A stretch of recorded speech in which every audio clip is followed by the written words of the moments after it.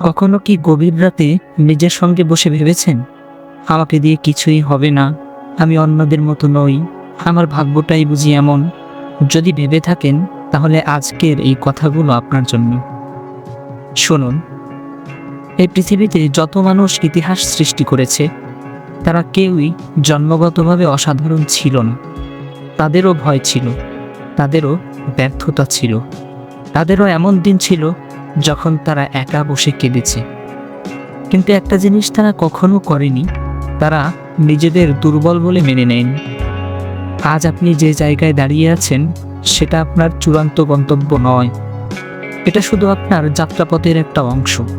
কারণ আল্লাহ মানুষের ভেতরে এমন শক্তি রেখে দিয়েছেন যা বিপদ না আসা পর্যন্ত সে নিজেও বুঝতে পারে না। দেখেছেন কখনো ঝড় না এলে গাছের শিকড় কতটা গভীরে আছে তা বোঝা যায় না, অন্ধকার না এলে আলোকে চিনতে পারা যায় না, আর কঠিন সময় না এলে মানুষ নিজের শক্তিকে আবিষ্কার করতে পারে না।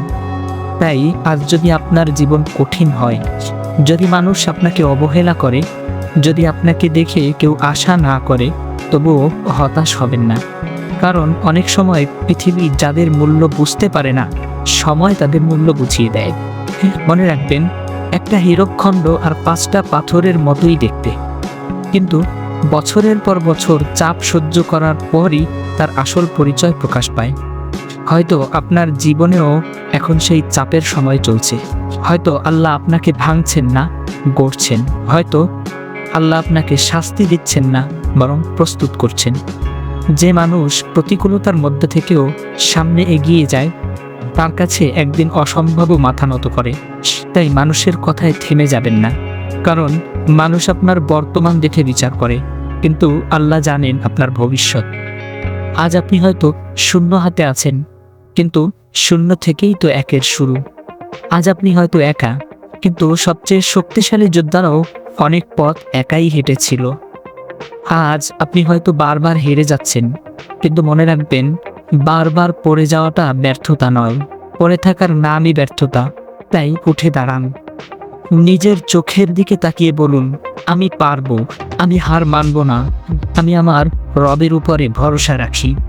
যখন সে মানুষ আল্লাহর উপরে ভরসা করতে জানে, তার জন্য অন্ধকার রাতও একদিন ভোর হয়ে যায়।